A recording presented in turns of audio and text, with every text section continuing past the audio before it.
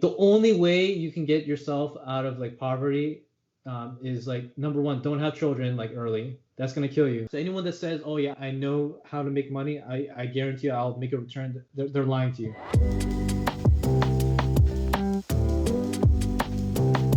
You just have to, like, when you're investing, right? You have to envision what the potential is, but it also at the same time is a huge risk. You don't know if like a competitor in the future will come and destroy their business. Like, Exactly, like yeah. Facebook, MySpace, Instagram, it got bought by Facebook. So Facebook's actually, pursuing, acquiring all these businesses to stay relevant. So they're buying Facebook, WhatsApp, things like that. So I think Facebook is not a bad investment. I mean, you just won't get like a crazy exponential asymmetric return versus something that has a very small market cap. Because like Shopify, the market cap still isn't very huge. So the Shopify market cap right now is, yeah, it's still under 100 billion. So it's still like fairly small, relatively. So I tried Shopify. I tried drop shipping, and yeah, having tried it and understanding it better, it's really powerful what they built, and it's definitely changing so many lives. yeah, it's user Um, friendly. It's user friendly, it's and user friendly, yeah, yeah. and like so you don't have to host like on a different website. You can get the whatever the hosting through Shopify, and it just makes it very streamlined and easy. And I Yeah. think with the illness going around, it's just going to accelerate how people look at e-commerce, how they Hmm. sell and how they buy. So it's just going to accelerate from here. There's a point where I need to have an exit strategy where like I'll probably get out of it, probably when it gets to like, I don't know, maybe 1400 to 2000, because I'm still working, so I don't want to work forever. So there's a point where I have to get out of it, because it doesn't produce like dividends. It doesn't produce dividends, so I have to convert it to something that produces cash dividends. So, Do you yeah. do dollar cost averaging to sell it, or are you just gonna feel it out? No, I mean, I'm probably gonna let it go all at once. I know there's more tax implications with that, because like if you have Hmm. over 400, like mid fours of you know capital gains income, Hmm. then you're gonna be paying a higher tax amount. But I kind of want to just roll it out. I think about a lot of things, right? So if I liquidate my position on January 1st, right? I have until October to pay my tax. So if I roll my position into, like, for example, like some kind of dividend producing stock, right? I'm gonna have 7 quarters of dividends to offset my tax liability. So yeah, I think about things constantly, like taxes I owe, Smart. exit strategy, things like that. But I think that's why I didn't really mention in the book, like for accredited investors, getting in a pre-IPO level. So let me give you an example, right? So Beyond Meat is a big competitor to Impossible Foods, right? And Beyond Meat, like it peaked at like 234, but even on opening day, it was like $60, right? And the IPO price was like $25. So retail investors could not get at the $25 point unless they purchased before the IPO debuted on the broker. I mean, on the exchanges. Like the poor stay poor because they're not investing in that. I get it. Like they're not raised in an environment where they're thinking about investing. They're just thinking about survival and like purchasing non-assets. But like the only way you can get yourself out of like poverty, is like number one, don't have children like early. That's gonna kill you. Don't get divorced, and invest, and have some kind of income, like have some kind of decent income. But these are four basic things that you can follow, right? Like so the book also talked about like your respective retirement age, right? Some people, they don't mind working, right? A job that they may or may not like, right? But for me, like I can't work until I'm 65, 70. I'm gonna be so tired, right? You can be so tired, and like most people, they want to retire because they want to have freedom, right? They want to have time freedom. That's all retirement is, time freedom, right? So the way your time is locked up now is like, oh, I'm actively working to make an income to support myself, right? Support my lifestyle. And that's what I also talk about in the book, like lifestyle creep. Most normal people, right? They're gonna be, let's say they raise their income from 50,000 to 100,000. If they're at 100,000 income, say, oh, I work so hard, I want a nicer place, I want a bigger house. Let's say I'm one person, right? There's no reason you need a five bedroom house. Like, that's ridiculous. That's just wasteful. But that's the example of lifestyle creep, because you want to show off to your friends and your peers. Oh, hey, look at my big house. I'm a big shot. Hey, look at my whatever, my BMW. I'm a big shot. And even like there's a recurrent issue, right? So people like living at home, let's say they're like, mid-20s and living at home, right? They're buying a very expensive car. The car payment is like $700-800 a month. This is $700-800 a month that you can be saving toward your future, right? So it's largely behavioral, where people, they're not saving money intentionally and they're not investing properly. Even if you put like an ETF, like $1,000 a month, right? You'll be okay at like 45, 50. You'll be a millionaire by 45, 50 if you save consistently. So you save in your 401k, you save in your IRA, and you save in your brokerage, right? If you just do it very consistently over time, you will eventually become a millionaire, like net worth, right? If you want to accelerate things, you have to take considerable risks, which I did, right? So it's very abnormal for like a 35-year-old to be a multi-millionaire, especially, based on like the income I was earning, right? But I took huge risks, right? So, like I don't think I expounded that much in the book, but I've taken huge losses, right? I've taken $19,000 loss. What if you lost $19,000 in 1 second? It would make you upset, right? It would make you sick, right? Yeah. So for me, it'd be unpleasant. yeah. So for me, I was like, oh crap, I made a bad move, but I learned from that, and I also entered into a private equity deal for $22,000, gone. So I mean, I lost like right there off the bat 40K. So I've made mistakes, but that's why I explain in the book, to make investments that make sense to you and that are reasonable, right? So those losses to you, you could take, you were ready to handle. I could take them. You could take it. Yeah. But yeah, I mean, they weren't pleasant, right? Because of course. It was in like my 20s, right? But okay. It was like, but I understood the risk, right? I understood the risk that I could lose it all, but I don't suggest that to normal people. And me looking in hindsight, I wouldn't do it. I mean, I turned out okay, but it was very risky. But I would have gotten an asymmetric return had it worked out.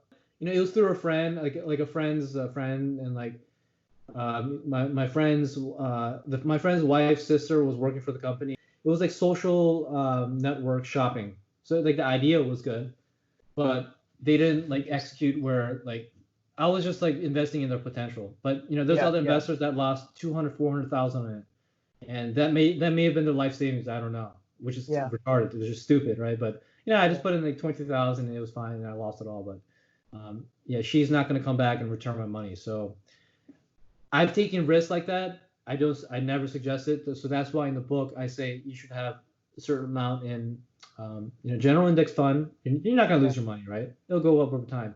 Specialized index fund, individual tech stocks, and some cryptocurrency, because some people, like the US dollar, like I said, it's just has so much inflation and it's just going to lose value over time. So that's why you perpetually want to invest money.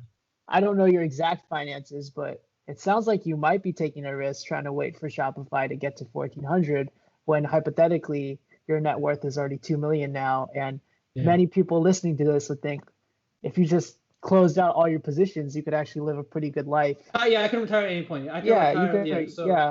So isn't that seems very risky, actually? Okay, so here's the thing, right? So even if all my money was taken away, I could still survive. I mean, my expenses are not. So that's the point I try to make in the book. Like, my expenses aren't very high. I can survive on a very low income. So if everything was taken away, I would just start over and like, I don't need to cash out now, and I have certain goals, right? So again, I don't push materialism at all, but I would like a white Lamborghini. I can buy it now, but that's stupid, right? I mean, it's going to be like 150, 180,000. And I want to live like a certain lifestyle. So that's why I mentioned like way in the beginning, like I want to do fat fire. I drive a 2010 Toyota Corolla. I mean, you've seen it. I would never suggest buying any type of depreciating asset like a car if you're continuing to build your net worth. But at the point I retire, I'm probably still not going to buy it. I'll probably wait like a few years just to keep building funds through like very like safer dividend producing stocks. If Shopify went away, if it went to zero, I'd be fine. Like, I have other positions where they can grow exponentially. So let me give you an example, right? So the reason I was so bullish on Impossible Foods is they are different from their other competitor, Beyond Meat. Like, Beyond Meat uses pea protein and like a beet juice extract for their product. I mean, it's okay. It tastes, for me, it tastes okay, right? But they use so Impossible Foods use like a leg hemoglobin. It's like a fermented like soybean product. Hmm. to create the umami flavor in their beef. Number one, the product's different, right? And number two is I have Beyond Meat as a case study, right? So like the likelihood that this position will 10x is like it's not out of the question, right? Because my cost basis is like $17. That's nothing, right? $17 a share. And you have these crazy hyper valuations, like for example, Beyond Meat went to 234. Just using it as a case study, the likelihood that Impossible Food will 10x. So I put 100 grand into Impossible Foods, right? This is pre-IPO.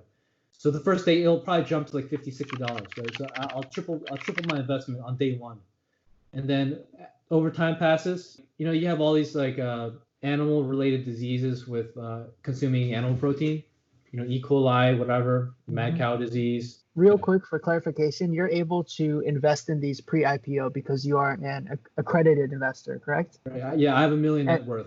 Yeah. And that's what accredited investor means. If you make Correct. a certain income or you have $1 million, then Right. So it seems like the moment you hit $1 million, then your world opens up even more. Yeah. That's So like where all that's of the why money making that's why people opportunities say come the up. rich get richer. Yeah. But you have to keep in mind, right? I initiated this deal in November 2019. Mm-hmm. Right. So I was already a millionaire by then, right? Yeah. So the guy contacted me like in April of this year. So I was very patient on the deal. I said, oh hey, just let me know, right? And there's another IPO that I do want to get on. Kava Grill, right? Yeah. Yeah. So it started in Rockville, like in like a Treville Gateway. Is that the first store? Yeah, it's the first one, right? So I had no idea. Yeah, so that's a full service restaurant, and it was like mid 2000s, I think, whatever, I think 04, something like that, right? That's behind my house, literally. Yeah, exactly, right? Yeah. So of course I love the food, right? It's like one of my Yeah. favorite restaurants, right? It's Yeah. a topless restaurant, but as you know, they built out their first fast casual, and Yes. then they got investment to expand. That's investment that I have in my sights, because if they do nationwide rollout, I'm definitely gonna put in and I even contacted the co-founder if I can buy shares, but yeah, sorry, it's not open for investment. But yeah, so Let me know when that happens. I want to get it too. Yeah, so they have like founding employees or whatever, right? And they have their stock options, right? Yeah. They can exercise the stock options, or if they can't, whatever, afford the tax on it, they're gonna sell the right to the shares to like someone like me, like an accredited investor. So for example, right, for Impulse Foods, like I paid an employee like 100 grand for his shares, and maybe he needed the money right away. I don't know, right? But if I was an employee, I would like hold on to it. But I think he moved on to another company. That's why he was selling his portion of the shares. What happens is, the employees, for whatever reason, they're gonna sell their shares that they earn through their employment at X company, and then they sell it to a private investor like myself, a credit investor, and then the credit investor is going to hope that the company IPOs in the future, and they'll exit their investment, let's say they 10 or 20x, right? But keep in mind, right? So for example, I want to give you another example, right? Let's say you were early investor Chipotle, right? For Chipotle, I think the IPO price was like whatever, 20, 25 bucks, something like that, right? Now it's like over 800, right? So you're essentially like 40xing your investment. So can you imagine you put in like 100K and now it's worth like $4 million? That's amazing, Even financial experts, even they're doing, about TA, right? Technical analysis. They don't know for sure, right? So if every technical analysis analyst was right for Bitcoin, they'd be like, they wouldn't be making videos on YouTube. Okay, I mean they'd be rich. They wouldn't care. That's true. But, yeah. Yeah. So, especially if you're investing in an emerging company or like an emerging technology, you're just making an educated guess on how well it'll do. So anyone that says, oh yeah, I know how to make money, I guarantee you I'll make a return, they're lying to you. You heard about WeWork? It's a shared workspace. Yeah, of course. Yeah. So the Japanese investment company, SoftBank, right? Mm-hmm. They took huge losses on it. So Yeah, I mean, they're experts, right? Like these investment analysts, that's what they do for a living, right? They look at the charts, revenue, and whatever, right? TA, right? So all these educated professionals, they made this educated guess on this company WeWork, right? They purchased shares or whatever in it, ownership in it, and it failed miserably. And now they're in a panic to try to liquidate some of their holdings to pay for loss in the company.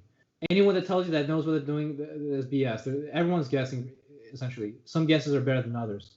And if you get a knack for seeing what potentially may come, then you'll be rewarded richly. But that's not to say like you're going to take massive risk when you're investing. You can take an educated risk. So you look at their existing business model, if the revenue is growing, how good the client retention is, how unique the product is. Are they going to roll out more products?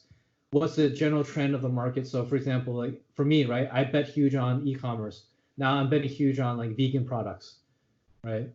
So people are probably in the future going to be consuming less and less meat. But the selling point of Impossible Foods is they are pushing the narrative of destruction to the environment. So they're pushing, oh, this takes so much less water, land, and energy to produce our product, and it tastes just as good. And health-wise, it's maybe a tiny bit better. It has no cholesterol, but the sodium and like fat is fairly high on the product, so it's not a health product. But they're trying to push the narrative of being better for the environment. I'll probably 10-20x on the investment and get out, and so that's say that's so casually. Yeah, so that's like another $1 million, $2 million in my pocket. Just a chance it may go to zero. Very, very highly unlikely. I won't lose my money, most likely, but maybe, who knows? Maybe there's a scandal with the company, and maybe they discover like the hemoglobin, the leg hemoglobin that they make produces cancer. I don't know, but that may be a few years from now, and I'll be out of the investment by then, so I don't care. So it's just an avenue to make money. Personally, I don't care about purchasing, eating vegan products. You have to look at things through a money-making perspective. Like, how much will this company grow? It kind of boils down to a feeling. I'm not going to BS you. I mean, but that's how many investors think. So, like, people, like these private equity funds or VC firms, they sprinkle across their money across different companies. Some are winners, some are losers. I mean, it's that simple, right? So, for example, right, you know who Peter Thiel is? Yes. Yeah. So Peter Thiel, so he did really well on PayPal and Facebook, things like that, right? But yeah, look at Airbnb. I mean, like, they're getting crushed by the market, and they're like delaying their IPO because they're not sure how well it'll do. And like people who invested very early in Uber and Lyft, like they've done well. For retail investors putting money into that, you lost like so much money on it. So it's a risk. I mean, even though you have a flagship business like Uber, Lyft, or whatever, and there's another one coming, Postmates, you don't know how it's gonna pan out. Even though they're very popular and the revenue is good, you just don't know. I mean, so it's a feeling, but for me personally, like my large holdings, I always got out at a profit or a slight profit. Right when I started out of school, this is like 2006, 2007, I put a large. I was pretty much pouring all my money into Jamba Juice, right? But the problem with Jamba Juice, right? It's a cyclical product, right? It's seasonal, right? So it doesn't do so well in like kind of our market, the DMV market. So when it's winter, like they're not selling as much. So they try to pivot their business. Oh, we're gonna sell some hot oatmeal, right? And no one really goes to a smoothie shop to buy oatmeal. So I got out of it at a profit, right? Thankfully, right? And you have to keep in mind, I was starting out, so I didn't have much money, right? So yeah, I mean, like in the book, I told like my starting salary was $40,000. I was making almost nothing, right? And of course, I was living at home at the time, so I was like investing as much as I could, right? The thing is, right, if I kept my money in there, right, if I was so stubborn about it, right, I would have lost all my money because it got delisted. You have to like look at the writing on the wall sometimes. But for me, right, again, my largest holding is Shopify. Like they keep making these good moves, right? They're partnering with Facebook because they're not going to beat Facebook at social marketing. They're sticking in their niche, and they now have a partnership with Walmart, right? So Walmart is the largest brick and mortar retailer in the world. Facebook is the largest social network in the world, and Amazon admitted that they ceded their small business storefronts to them. So yeah, I mean, it'll like again, I'm kind of calling it now. It'll probably go to 1,000, 1,200, 1,400, possibly 2,000, possibly 2,500. So I may exit at a point where it's not at a zenith, it's apex, but that's okay to me because I don't like. I plan to keep growing my money with other opportunities because like this is already yielded so much for me. So I'll tell my guy, yeah, I want to invest into this. So there's always opportunities. Yeah. Who's your guy? So I have a broker specialist at my firm. It's called Shares Post. Yeah, I mentioned in the book.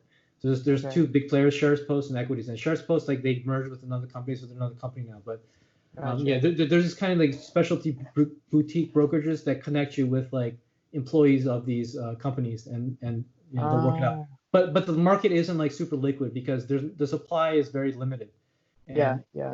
and the seller may not budge on the price. So I had a chance to purchase more shares, Mhm. but like he was asking too much. I don't want to go over my cost basis of like. So I'm gonna be honest. When I read your book and just knowing you as a person, Yeah. um, and seeing the title Austerity Millionaire, I was expecting your story to be inspirational in that, oh, I stayed on the straight and narrow. I'm very disciplined. I just Yeah. saved and lived simply. But the Yeah. story I'm getting, which I didn't even know Yeah. about, even despite being friends with you, is Yeah. that you took a lot of risks. You Like have to. You the have to like. Yeah. austerity, yeah, the austerity portion, it was like a little bit misleading. Like this is about like a Oh, you very think so? savvy, risky, lucky, but smart investor. Yeah. I mean. Um, Yeah. Yeah. I mean. it's, Yeah. no, it's not misleading. It's just Yeah. austerity just means kind of, strict and almost monk-like. And then, but this is not that. This is just straight up Well, investing and yeah, you have yeah, to keep in mind, right? People our age, right? They have like negative net worth. yeah, Again, I completely understand. It maybe due to circumstances, right? yeah. They have high cost of living. They don't make a lot of money. They're not Hmm. educated on investments. But you have to educate yourself on investing. For But sure. yeah, you're right though. Like, it's abnormal for me to be a multimillionaire. There's very few like multimillionaires at 35, and they may have made a huge amount of money. Like, I never made like a super high salary. So I mean, that's why I said like you have to take big risks. Because people who like let's say you're like a software developer at or engineer at Facebook, right? Let's say you take some austerity measure. You live in a shared house, right? Let's say you pay like in a shared house like $1,000 for like a room, right? And you're making like 120 to like $250,000 in salary. And then on top of that, you're getting your stock options, right? Yeah, I mean you can be a millionaire easy, but you have to be making a lot of income like very early on, and you have to be investing it. Because even a doctor, right? A doctor like at 30, you're whatever, you're exiting your 30, 32, you're exiting your residency. You're gonna have like 200, $400,000 in debt, right? And so you're gonna be working like a dog, right? And at 40, you may be a millionaire, right? But you're not gonna be a millionaire at 35. There's no way in hell. Unless you're like a very elite earner, like you're not gonna be a multimillionaire at 35. There's no way. And again, that's why I mentioned the book, The Pitfalls of Divorce, right? Yeah. Did someone in your family get divorced? Is No, that like, no, no. I mean, my parents are married. My grandparents were married until their respective deaths. uh, All my aunts that did marry, they're still married. Um, so it seems like there's a lot of positive-ish marriages around you. Why yeah. why are you so worried about other people getting married? I Well, guess okay. friends. Well, you have to keep in mind, right? So Uh, my parents and my grandparents' generation, like they're Korean, so it's yeah, kind of like they work it out, even though they don't like each yeah, other. yeah, yeah. But That's true. I don't date anymore. But like when I did date around, yeah, it was kind of fun. Like what if again, I'm not trying to sound like a pig or anything, right? But what if you get tired of your wife? What if she like withholds like sex from you? Things like that. You don't want to play these like mind games. Like what the hell? Why are you doing this to yourself? Doesn't that mean you just need to date somebody with a higher net worth than you? Brian, let's be real. Like Okay. the likelihood of me meeting a multi-millionaire that's I, younger I, than me is like yeah, impossible. okay, It's pretty much impossible. okay, that's true. Let's just stick to the age. Let's not talk about Sure. the woman aspect. But yes, if we're Mhm. dating younger girls, it's less likely. Mhm. It's It's like statistically impossible. It's like impossible. statistically just by you being a millionaire, you will not find somebody with more money than you, statistically Exactly. speaking. So that's fair. Yeah, but you have to Um, keep in mind, like I told you before, like I don't flaunt my money. I say it yes. online just to prove a point. Like, oh, I'm a millionaire, you can do it too, right? I'm a normal person. I'm seriously a normal person, right? But Mhm. I took some Are you risks. sure? I don't live like recklessly, you know. Yeah, If I eat out, I eat out like once a week, right? yeah. Of course, I like to pay for my friends. Yeah, you like to eat out at very nice places. I think that is Yeah, one. but it's not like it's usually not more than like 50 to 100 a person, and that's not that bad. And if it's a special occasion, like for example, I took he's Jeff, my very good friend Jeff. Yeah, of course, of course. For last February, right before the illness came down, I took him to Sushi Nagasawa. That's like 225 a person, and that's Yeah. like that's the extent of like how much I'll spend. But it's not like I go to like 1 or 2 times a year, And then like I'll eat Yeah, out, like yeah, I like sure. Korean barbecue. That's like 35 bucks a person. But I've toned down a lot. Like I realized like I've had so much of this food. Like Yeah, I like it, but like again, like, and I also have to watch my salt content as well, yeah. so I can't Okay. go crazy. But okay, so for example, I started at a call center, right? So Uh-huh. I live like someone that's living in a call center, and I give out a lot of free advice. So it's not like I'm Yeah. keeping like, and like I'm selling a book for like 10 bucks. I mean, it took me months to write. The amount of value you get in that book is like is way more valuable than $10. And yeah, if you're not gonna buy a $10 book, then you're not gonna be investing in your future. So if you give away a book for free, then that means like you're not valuing the information you give away. That's why I put a price tag on it. Mhm. And again, I'm not earning a lot of money from the book, but you're free to like look into my mind when you buy the book, right? You got a Yeah, snapshot of my mind, right? yeah, yeah, for Yeah, sure. yeah, and like if you were like a layman, right? That provided more than $10 of value, right? Way more than $10 of value, right? Yeah, Yeah, absolutely. I didn't get how important investing was, but I feel yeah, like all the tips is very valid for the general public because yeah. people can't just hop into your level of investing like that. No, no. Well, yeah. I They mean, need yeah, so much more knowledge, but I yeah. think it's a very good I do base. a high level investing right now. Like Yeah, it's very yeah. high level. Like Yeah, almost no very one high can access level. it. Exactly. But yeah, I started from like nothing, right? I know people personally, right? The parents hand them like $200,000, like just for free. Yeah, hey, here's just seed money. Like, do whatever you want. My parents didn't give me anything, right? Of course, they raised me and like they only pay for a portion of my college, right? But like I started with zero, you know. Now I'm at like 2.1 million. Are you expected to give anything back to your parents, or do you want to? Are you going to? Um, I mean, like of course, like for like special events, I'm purchasing like meals and stuff. But yeah, I mean, perhaps I'll do something, but but they have their own money, so I mean, like, what Okay, am I gonna that's do? good. So actually, we're closing in on an hour, but I did want to Yeah. talk about one last thing. Do you think you've always been disciplined in how you manage your money? Is that related to your powerlifting training? How do those intersect in your mind and in your life philosophy? Okay, so I kind of admit I am normal, but I'm kind of like I have like abnormal determination or whatever, focus, discipline, Yeah. whatever, right? Yeah. So for me, like for example, like the first time I squatted 225 pounds, right? Now it's like 600. Granted, it's equipped, but still, whatever. It's like that's almost triple the amount I first started with. And the deadlift, yeah, started at like 225, now like 573, right? But yeah, that was through tremendous years of consistent work, like just going in and out of gym, training Consistent 20. effort. Yeah, consistent effort, right? Yeah, name of a website. But yeah, Yeah. so it was, yeah, I mean, it was like 15, 20 hours a week, like every week, like no breaks, consistent, right? Get my paycheck, money gone, brokerage account. For me personally, right, I check my net worth like at least 5 times a day. I check like my alternate sources of revenue. So I look at my Google AdSets. I look at my book reporting, the sales. So yeah, I'm always like keeping track of metrics like all day. So yeah, it's kind of like kind of data oriented, and I'm always like scanning the news for opportunities. But I talk to my good friend Jeff every day, and like he's getting into. I mean, he's getting investing too. So I help him with investing along with another friend of mine. And Nice. I may be doing investing for another person, right? Yeah, I don't want to name names, but like yeah, I Sure. mean Yeah, you don't have to. yeah, I'm helping with investing with them, but like yeah, we bounce ideas off each other, and Yeah, yeah, obviously I can't have my eyes on everything, like every sure. sector and every kind of business, but yeah, it's very helpful to have another person to bounce ideas off of. But I just stay busy with keeping up with things and trying to keep my hands on top of different things. I'm writing another book. It's called Rich Poor Mindset. So it's just kind of expounding upon like how don't succumb to lifestyle creep Hmm. if you achieve like financial wealth. So yeah, I want to develop more books. I want to push my YouTube a little more. What's your Yeah, main purpose of pushing this stuff? To help people, or you're trying to build a yeah. brand? Yeah. So I don't want to like be scammy and sell like an expensive product. I kind of want to inform the public that you don't have to have shame having a regular job. Okay, like not everyone Yeah, is an entrepreneur. Not everyone can sell these products. Like not everyone is gonna have $1 million in ad spend. Like you can be a normal person. You can achieve elite strength, right? With powerlifting, right? This is a very small niche or whatever, right? So I kind of push that one. That's why I have like the compilation video over the years. I achieved whatever. X amount of lifts, right? So that's I think I achieved that for the most part, right? I can't really do much over that. And number two is like, I want to say that don't have shame in being an office worker, right?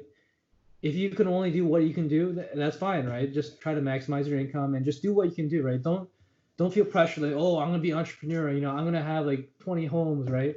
People, they don't know the other side of the story, right? These homes are highly leveraged, right? Look at what's happening now, right? People, they can't pay the rent, right? Are they gonna foreclose on all their investment properties? Not everything is like rosy, right? Not everything is ideal. People, they're putting up a facade, right? They're leasing their Lambos, they're leasing their cars, they're leasing their houses, they're leasing their women, right? I mean, yeah, they're grabbing some, IG salute, right? They're parading them in their videos, right? So everything, a lot of it is a facade, right? And they're putting on a facade to sell more of the product, so they themselves can become rich. Just be mindful with your money and invest it. You may have to take risk if you want to become wealthy early.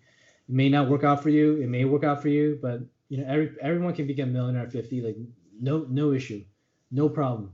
But yeah, just don't believe everything out there on the internet, and like people, like they're not honest with their money, and there's no dishonor or there's no shame in working a job and trying to accumulate your wealth that way. I'm trying to push away from the narrative of get money quickly and just be rich, or it's just depressing because many people think, oh yeah, my life's a failure if I'm an office worker. And hey, I mean, if you approach it that way, sure, but if you're buying like an $800 per month BMW, if you're getting a $2,000 a month apartment, if you're like, oh, I'm gonna get married, and like you get divorced 10 years later and your finances are ruined. Like there's these steps that you can take, actionable steps that you can take, and choices that you can make to become wealthy, right? And there's no real secret to it, right?